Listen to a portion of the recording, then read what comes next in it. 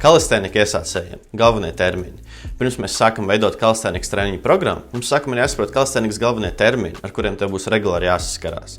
Šeit ir saraksts ar terminiem un to skaidrojumiem. Vingrinājums. Kustība, kas tiek veikta, lai attīstītu noteiktu fizisku īpašību, kā muskuļu masu, spēku, izturību vai lokanību. Izolācijas vingrinājums. Vingrinājums, kas iesaista tikai vienu muskuli vai muskuļu grupu, piemēram, rokas saliekšanu. Salikts vingrinājums. Vingrinājums, kas iesaista vairākas muskuļu grupas vienlaikus, piemēram, pievilkšanās. Atkārtojums. Pilns vingrinājuma izpildījums. Ja tu atspiedies vienu reizi, tad tu veici vienu atspiedienu atkārtojumu. Piegājiens. Vairāk atkārtojumu izpildīt viens pēc otra bez pauzes.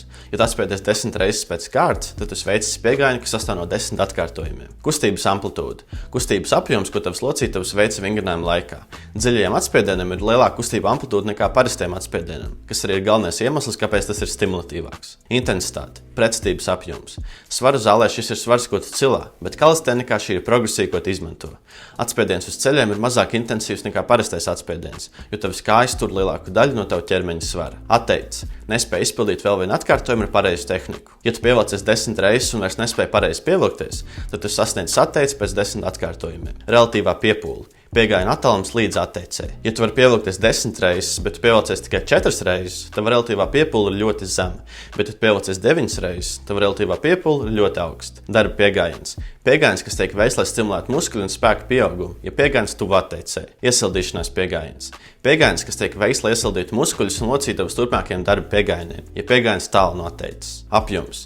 Treniņa apjoms, kas tiek mērīts darba piegājienos noteiktā laika periodā, visbiežāk nedēļā. Ja tu veic 10 pievilkšanās darba piegājienas nedēļas laikā, tad tās pievilkšanās apjoms ir 10 piegājieni. Biežums. Cik treniņus tu veic noteiktā laikā, visbiežāk nedēļā. Ja tu veic 6 treniņus nedēļā, tad tavs treniņu biežums ir ļoti augsts. Bet, ja tu veic tikai 2 treniņus nedēļā, tavs treniņu biežums ir ļoti zems. Hipertrofija. Muskuļu izmēra palielināšanās. Un hipertrofijas treniņu mērķis ir palielināt tavus muskuļus. Spēks. Spēja pārvarēt pretestību, un spēka treniņu mērķis ir padarīt tevi spēcīgāku. Mikrocikls. Viena treniņa nedēļa. Uzkrāšanas fāze.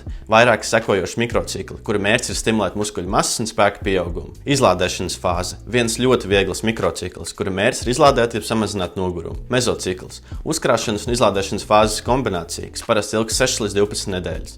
Pieredzējušiem mazāk, iesācējiem vairāk. Es zinu, diezgan daudz terminu, bet ja tu pat zināsi tikai pusi no tiem, tas tāpat būs zinošāks par lielu daļu no cilvēkiem, kas nodarbojas ar kalistēniku. Turpmākajos videos izmantošu lielu daļu no tiem, tāpēc es tev iesaku vispēc censties tos iegaumēt. Nākamajā video parunāsim par vingrinājumu izvēli, tāpēc forši tev dienu un tiekamies nākamreiz. Čau!